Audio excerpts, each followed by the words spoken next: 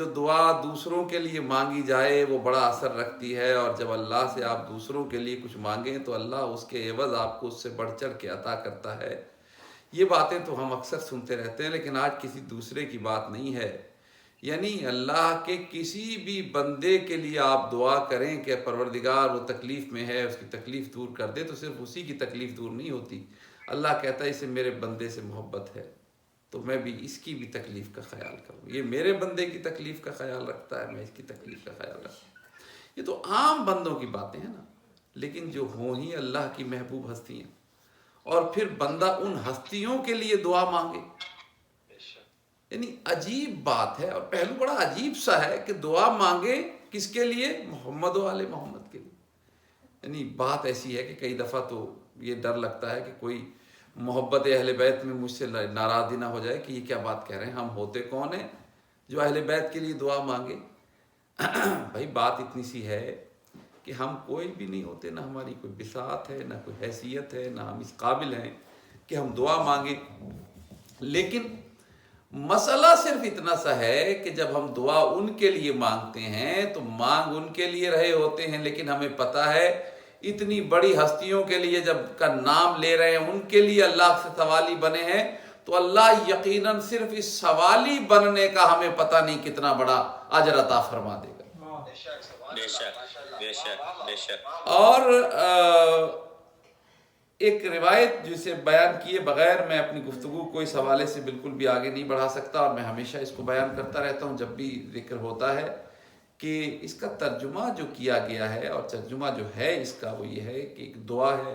پہلی بات تو یہ درود دعا ہے، اور دعا کیا ہے کہ اے ہمارے اللہ، اللہم صلی علی، تو رحمتیں نازل فرما، برکتیں نازل فرما محمد و آل محمد، محمد اور آل محمد پر تو رحمتیں نازل فرما۔ اب یعنی ہم دعا مانگ رہے ہیں رحمتوں کی، دعا مانگ رہے ہیں برکتوں کی، اور اب ذرا دیکھیے منہ کتنا چھوٹا ہے اور بات کتنی بڑی ہے۔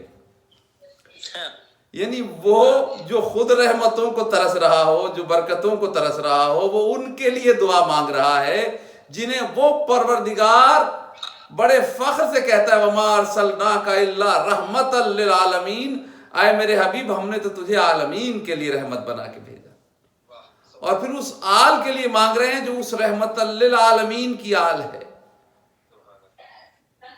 یعنی اس کے لیے دعا مانگے کون؟ جو خود طلب رحمت رکھتا ہے، جو خود طلب برکت رکھتا ہے۔ یہ بات ہم نہ سمجھ سکتے تھے، نہ اس کو ایکسپلین کر سکتے تھے اگر ہمارے مولا امام محمد باقر علیہ السلام اسے نہ سمجھا گئے ہوتے۔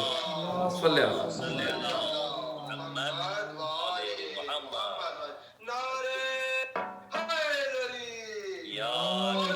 تو مولا نے فرمایا، ایک شخص نے آ کے یہی سوال جو بھی میں نے ذکر کیا آپ سے، یہی سوال آ کے کیا مولا سے، کہا مولا یہ بتائیے کہ یہ بات سمجھ میں نہیں آتی کہ بندہ گنہگار ہو کے، خطا کار ہو کے، خود رحمتوں کا طلبگار ہو کے آپ کے لیے رحمتیں طلب کرے، آپ کے خانوادے کے لیے رحمتوں کی دعا کرے، جبکہ آپ تو سراپا رحمت ہیں، آپ کی وجہ سے تو کائنات میں رحمت ہے، آپ کی وجہ سے تو کائنات میں کسی کو کچھ ملتا ہے، پھر ہم آپ کے لیے کیا مانگیں؟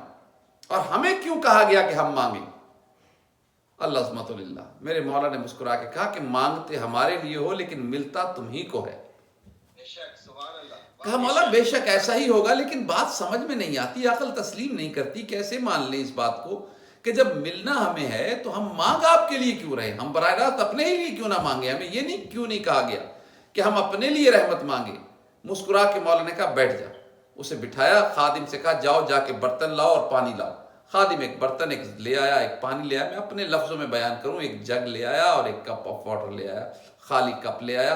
اب مولا نے اس سے کہا کہ اس میں پانی ڈالو، وہ پانی ڈالنے لگا، جب کپ بھر گیا نا اور وہ پانی ڈال رہا تھا تو یقیناً اس کا ہاتھ رک گیا، ایک فطری بات ہے چونکہ اب بھر چکا ہے کپ، اس کا ہاتھ رک گیا۔